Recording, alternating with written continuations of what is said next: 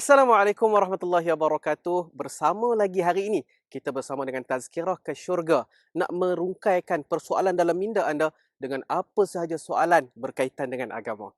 So kali ini kita nak huraikan tentang bagaimana ataupun apakah pernikahan yang diharamkan oleh Allah Subhanahu Wa Taala. Maka sebelum tu kita nak panjang lebih lanjut, kita kena faham dulu apakah definisi perkahwinan ataupun pernikahan. Maka definisi bagi pernikahan ini adalah percampuran ataupun pergaulan. Maka dari sudut syarak pula, ianya adalah ijab dan juga qabul ataupun satu akad yang menghalalkan hubungan di antara lelaki dan juga wanita.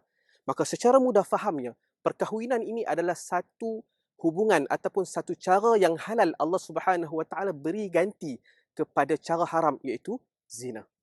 Pernikahan ini adalah satu hadiah yang Allah Subhanahu Wa Taala berikan kepada kita, lelaki dan juga wanita. Tetapi kita kena ingat satu perkara, yang mana ada tiga perkara yang saya nak sentuh tentang apa yang diharamkan oleh Allah Subhanahu Wa Taala berkenaan dengan perkahwinan ini. Yang pertama adalah pernikahan mut'ah. Apa yang kita faham dengan pernikahan mut'ah ini? Pernikahan mut'ah ini adalah pernikahan yang kita lakukan dengan menetapkan satu waktu tertentu. Contohnya, aku kahwin dengan kau dalam tempoh seminggu saja.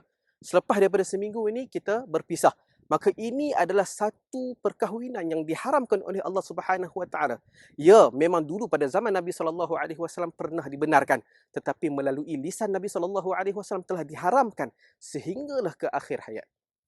Yang keduanya adalah pernikahan muhallil. Dalam surah Al-Baqarah Allah Subhanahu Wa Taala menyebut tentang fa in talaqaha fala tahillu lahu min ba'du hatta tankiha zawjan ghairuh. Apa maksud dia? Apabila seseorang lelaki ini menceraikan ataupun mentalakkan isterinya, maka wanita tadi sudah tidak halal bagi dia. Kecuali dengan bila mana? Bila mana wanita itu menikahi lelaki yang lain.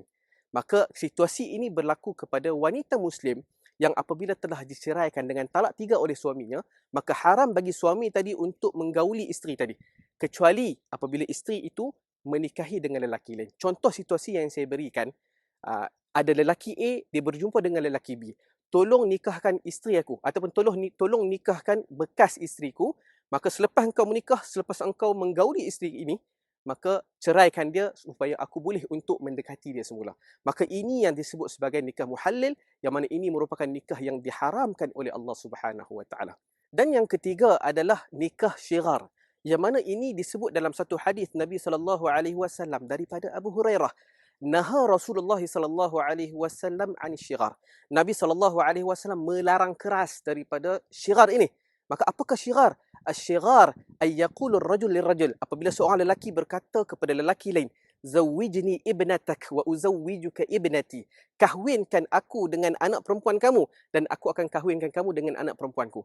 Ataupun auzawwijni ukhtak, ataupun nikahkan aku dengan saudara perempuanmu dan aku akan menikahkan kamu dengan saudara perempuanku.